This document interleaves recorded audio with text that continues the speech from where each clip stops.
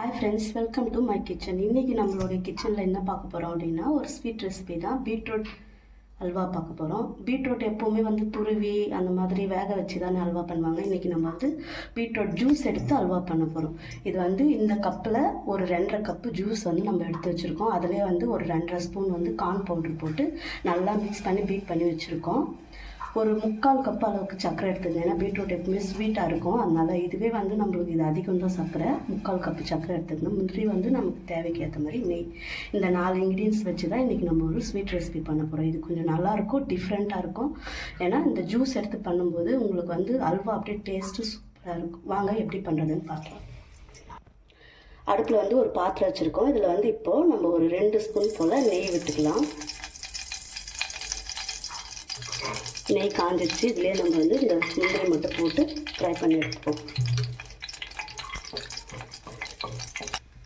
இந்த அளவுக்கு நம்ம ஃப்ரை ஆகிடுச்சு. போதும் இந்த அளவுக்கு.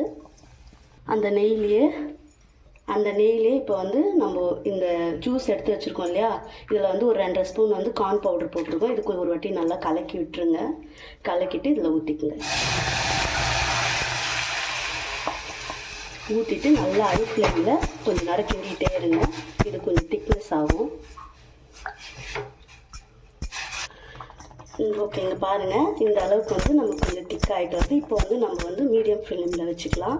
மீடியம் ஃப்ளேமில் வச்சு கைவிடாமல் கிண்டிகிட்டு இருங்க. இந்த டைமில் நம்ம கொஞ்சம் போல் நெய் விட்டுக்கலாம். இது நம்ம கார்ன் பவுடர் போடுறதுனால சீக்கிரமாக திக்னஸ் ஆகிடும். இல்லைன்னா நமக்கு ஜூஸ் திக்காகிறதுக்கு லேட் ஆகும் இல்லைங்களா. இங்கே பாருங்கள் ஃப்ரெண்ட்ஸ், இது இந்த அளவுக்கு கொஞ்சம் திக்கான பிறகு இப்போ நம்ம சர்க்கரை போட்டுக்கலாம். நான் ஃபுல்லாக போடல, ஏன்னா இது ஸ்வீட் ஜாஸ்தி ஆகிடும். அதனால் கொஞ்சம் நிறுத்திட்டேன்.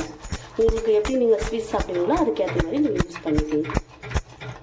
இது கொஞ்சம் அப்படியே ஹை ஃப்ளேம்லேயே வச்சு கொஞ்சம் கலரி விடுங்க. ஏன்னா இப்போ நம்ம சர்க்கரை போட்டதுனால மறுபடியும் இலகமாகும். அதனால தான் ஹை ஃப்ளேம்லேயே வச்சு தான் நான் கலரிட்டுருக்கேன்.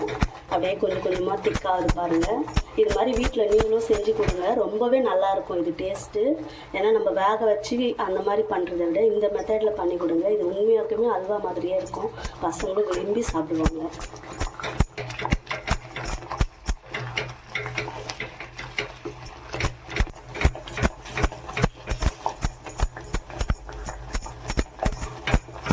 நல்லா சுருண்டு வந்துட்டுருக்கு பாருங்கள். இந்த டைமில் ஒரு ஸ்பூன் நெய் விட்டுக்கலாம்.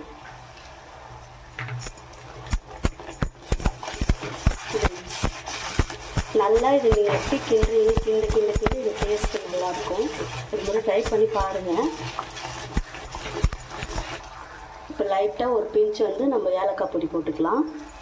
அதுக்கப்புறம் முந்திரி நம்ம வறுத்து வச்சுருக்கிற முந்திரி ஆயிடுச்சுங்க. இது இந்த பதத்துக்கு வந்துடுச்சு. ஓகே, இது ரெடி ஆகிடுச்சு. இப்போ நான் பிளேட்டிங் பண்ணிட்டு காமிக்கிறேன். ஓகே ஃப்ரெண்ட்ஸ், இங்கே பாருங்கள், சூப்பரான நாக்கில் வச்ச உடனே கரையக்கூடிய ஒரு அல்வா. இது மாதிரி நீங்கள் ஒரு முறை ட்ரை பண்ணி பாருங்கள். ரொம்பவே சூப்பராக இருக்குது. இங்கே பாருங்கள், அவ்வளோ இதுவாக இருக்குது எடுக்கிறதுக்கே. யூஸ் பண்ணி பாருங்கள் ஒரு வாட்டி. ரொம்ப சூப்பராக இருக்கும்.